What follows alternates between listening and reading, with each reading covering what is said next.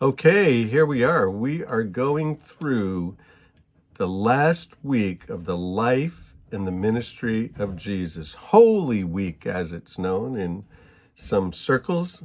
We might as well call it Holy Week. And it goes from Sunday to Sunday. And so we've been going day by day what's happened here. And we found on Sunday, Jesus came down the Palm Sunday road. Monday, he cleanses the temple. Tuesday, he's into all kinds of teaching, big, long teaching day, a lot of interaction with the religious leaders. They're trying to trap him. He answers every question well. His disciples ask him some questions, particularly about the end of time, when these things will happen. Jesus goes into a long discourse on that. We can read about it in Matthew 24. We read about it in Mark 11.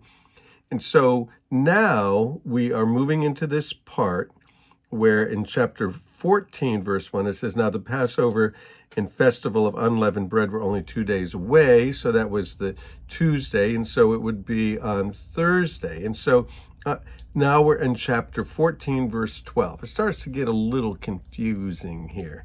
And I hope you can follow the logic. Because traditionally, the holiday of Good Friday is when they say that Jesus was crucified.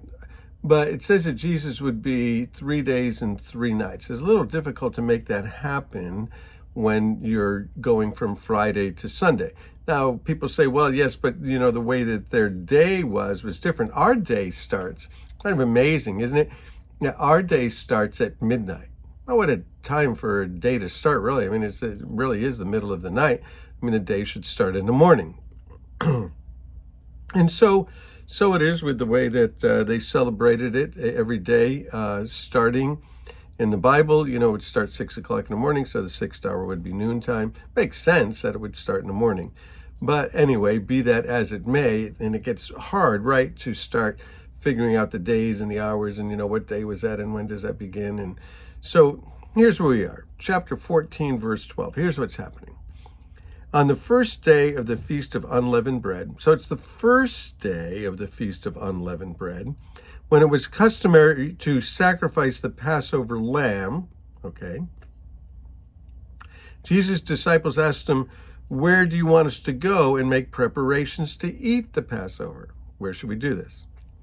And Jesus said, "Well, go into the city and you'll see a man carrying a jar of water and he'll meet you. Follow him and say to the owner of the house as he enters, 'The teacher asks, where's my guest room that I may eat the Passover with my disciples?' And he'll show you a large room upstairs, furnished and ready. Make preparations for us there." So Jesus seems to have already set this up, the place that he's going to go have the Passover with his disciples in Jerusalem. But it's the first day.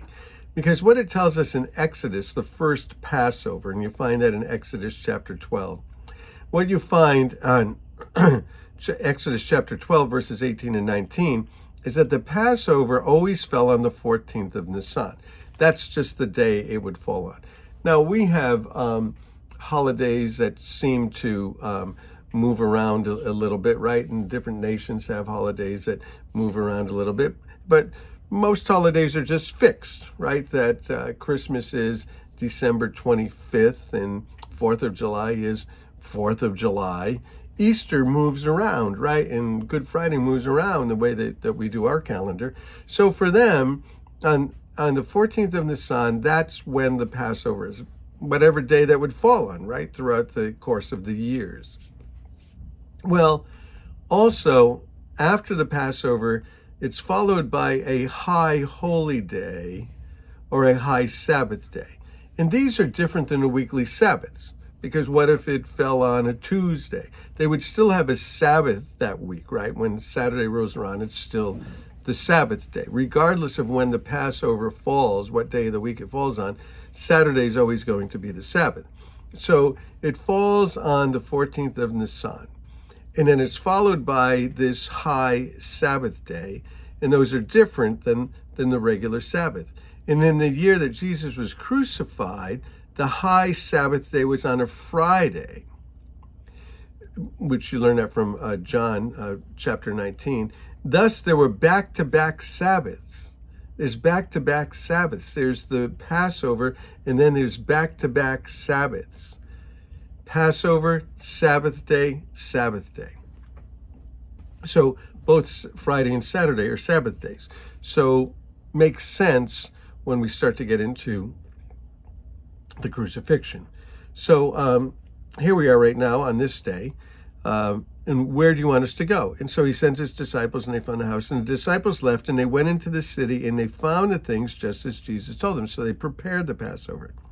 And when evening came, Jesus arrived with the 12. And while they were reclining at the table and eating, they didn't have chairs like we have chairs. They would have low tables, and they would recline and sit on the floor. Jesus said, "Truly, I tell you that one of you will betray me." Well, who is this? This is Judas. On Wednesday, he's going to betray him. And they were saddened, and one by one they said to him, "Surely you don't mean me." "Not me, I would never do that." And he said, "Well, it's one of the 12, and the one who dips his bread into the bowl with me, the Son of Man will go just as it was written about him. But woe to the man who betrays the Son of Man. It would be better for him if he were not born." Wow, that's a pretty serious statement. While they're eating, Jesus took bread, and when he had given thanks, it's the word Eucharist, he broke it and he gave it to his disciples. So God, thank you for the bread, and he gives it to his disciples. And he says, "Take it and eat, this is my body." Well, this is going to be the institution of what we call the Lord's Supper or communion or the Lord's table. Then he took a cup, and when he had given thanks, he gave it to his disciples, and he said, "This is my body." And he took the cup, and when he had given thanks, he gave it to them, and they all drank from it. They all did. So it's a common cup. We don't do that much with communion anymore. Some of the liturgical churches will still do a common cup. COVID changed a little bit of that, but they did it. So they took a cup, and given thanks, he gave it to them, and they all drank from it. And he said, "This is the blood of the covenant poured out for many. And truly I tell you that I won't drink again from the fruit of the vine until the day I drink it with you in the kingdom of God." So he's talking about the future, that there's going to be the marriage supper of the Lamb when everybody will be together, and Jesus will be there, and he will share the cup with us then. And then they sung a hymn, and they went out to the Mount of Olives. Well, there's a number of hymns in the Psalms. They call them, these songs of ascent, and certain songs for certain times of the year. There were songs that they would sing around the Passover, just like there were songs that we sing around Christmas, and then there would be songs that we sing for New Year's, right? We have our New Year's songs. We have, 4th of July songs. And so they sang a hymn, and they went to the Mount of Olives. Now, they don't have any accompaniment. There's not a bunch of people following with electric guitars and drum kits and keyboards. So somebody led them, and I like to surmise that it was Jesus that was leading them in the singing of the hymn as they were going to the Mount of Olives. And Jesus predicts Peter's denial. He says, "You'll all fall away. I'll strike the shepherd and they go," but Peter denies it. And he said, I won't do that. It won't happen with me. That's not what's going to happen to me at all. That's not me. And Jesus said, "Listen, I'm telling you that you're going to deny me." And so he talks about the Passover. He talks about the Lord's Supper. We'll just read we got a little bit of a minute here. We'll read a little bit out of Matthew chapter 26 here with what's happening. Verse 17, again, he tells us to betray the one who dips his hand in there.